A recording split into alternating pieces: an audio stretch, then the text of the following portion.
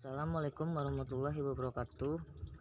Perkenalkan, kami dari kelompok 2 yang beranggotakan ada 5, yaitu saya sendiri Rifki Permana, MPM 3062056191. Yang kedua Siti Muhibah 3062056242. Sapiah Aulia 3062056265. Wika Arianti, MPM 3062056046. Yuliani 3062056123. Tujuan hari ini pembahasannya adalah strategi pendekatan dan model pembelajaran IPS. A. Tujuan pembelajaran IPS. Tujuan utama ilmu pengetahuan sosial ialah mengembangkan potensi peserta didik agar peka terhadap masalah sosial yang terjadi di masyarakat, memiliki sikap mental positif terhadap perbaikan segala ketimpangan yang terjadi, serta terampil mengatasi masalah yang terjadi sehari-hari baik yang menimpa dirinya maupun yang menimpa masyarakat. Tujuan tersebut dapat tercapai manakala program pembelajaran IPS di sekolah dapat diorganisasikan secara baik. Dari rumusan tersebut dapat dirinci sebagai berikut. 1. Memiliki kesadaran dan kepedulian terhadap masyarakat atau lingkungannya melalui pemahaman terhadap nilai-nilai sejarah dan kebudayaan masyarakat.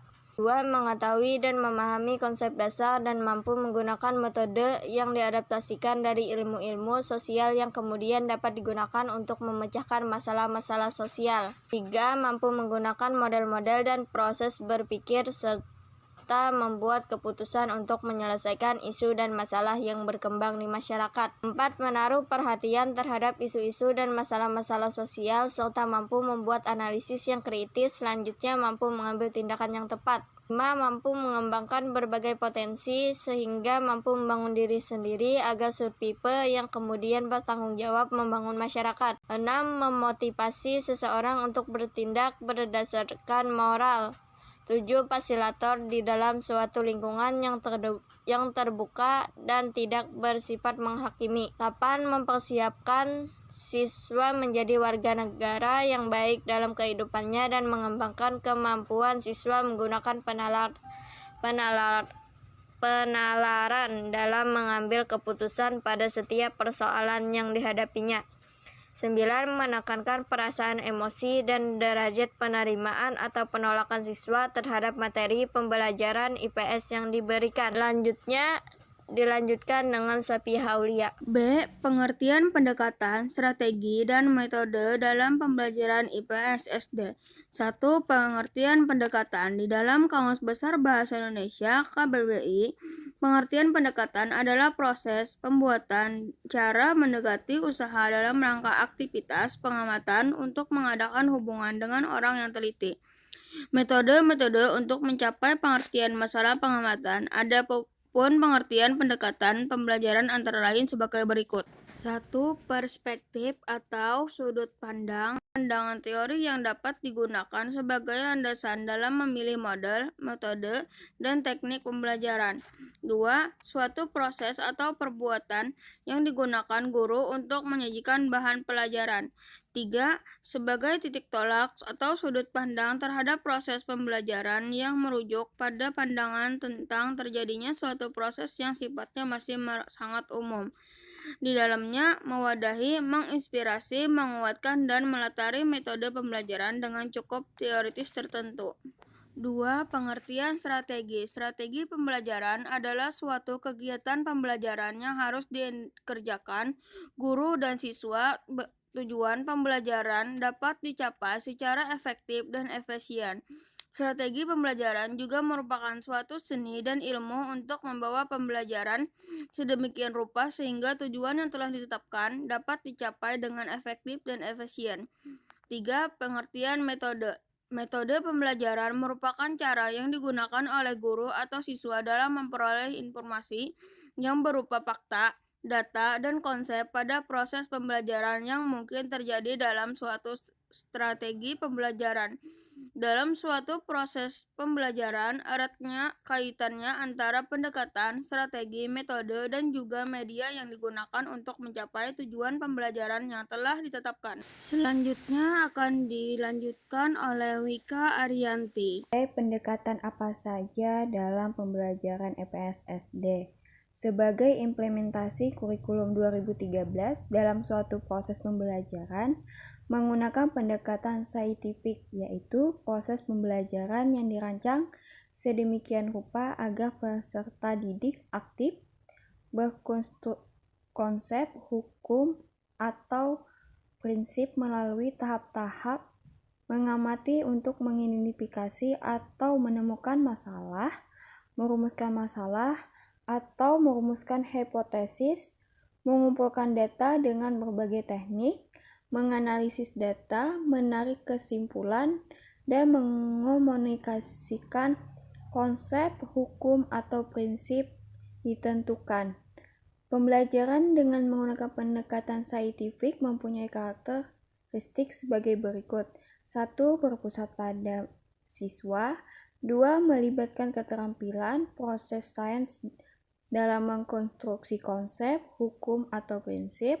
3. Melibatkan proses-proses kognitif yang potensial dalam merangsang perkembangan intelek khususnya keterampilan berpikir tingkat tinggi siswa. 4. Dapat mengembangkan karakter siswa. Adapun tujuan pembelajaran dengan pendekatan saintifik didasarkan pada keunggulan pendekatan tersebut, yaitu 1. Untuk meningkatkan kemampuan intelek, khususnya kemampuan berpikir tingkat tinggi siswa. 2. Untuk membentuk kemampuan siswa dalam menyelesaikan suatu masalah secara sistematik. 3. Terciptanya kondisi pembelajaran di mana siswa merasa belajar itu merupakan suatu kebutuhan.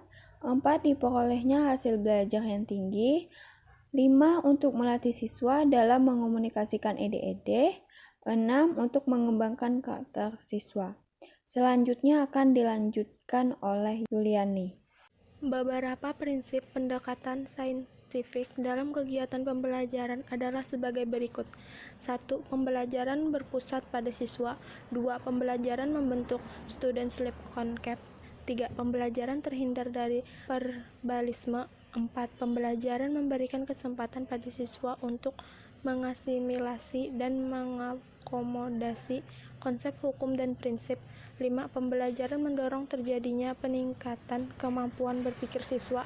6. Pembelajaran meningkatkan motivasi belajar siswa dan motivasi mengajar guru. 7.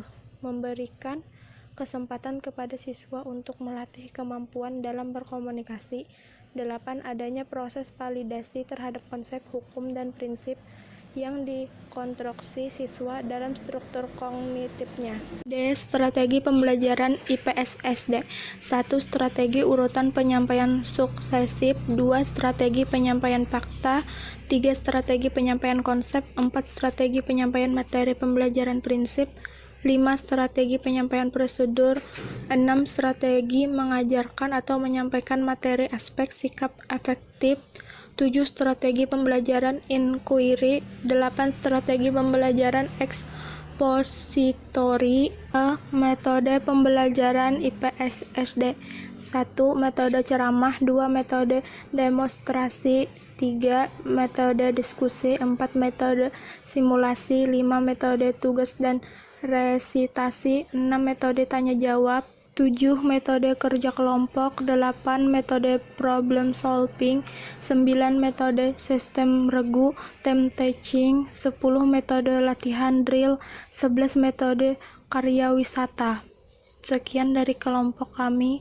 Wassalamualaikum warahmatullahi wabarakatuh.